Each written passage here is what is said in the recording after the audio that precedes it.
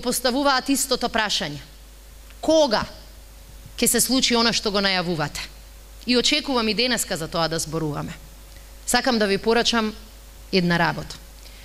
Ние и на овие избори и пред изборите покажавме дека во Илинденска безброј се наоѓа криминална група која што сака да искористи Македонија за лично богатење и за вечно владење. Во 2 месеци после изборите се сконцентриравме на една единствена цел.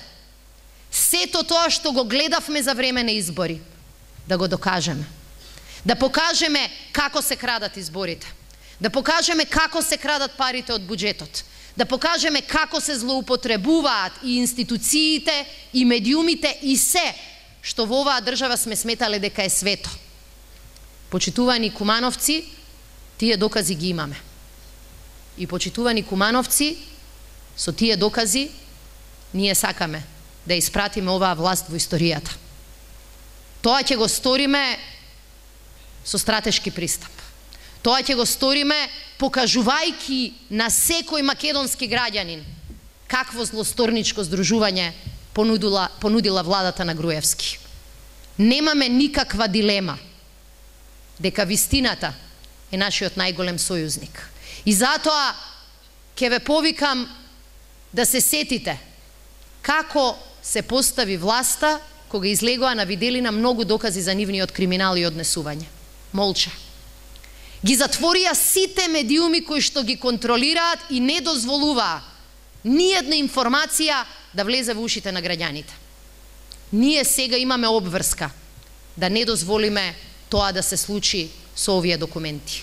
Затоа ќе ве повикам сите, кога ќе почнеме да ги објавуваме овие документи, секој од вас ја има шансата да стане наш микрофон.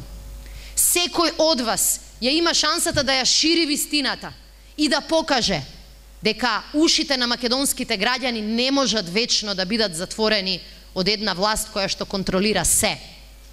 Почитувани граѓани, во нашите раце ги имаме документите кои ќе ги срушат сите сомнежи и сите дилеми кои што некој во Македонија ги имал за македонската власт.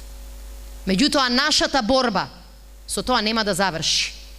Но нашата борба ќе почне со повеќе оружје, со повеќе аргументи, со повеќе примери со кои на македонската јавност ќе ја покажеме дека некој друг одлучувал во нејзино име.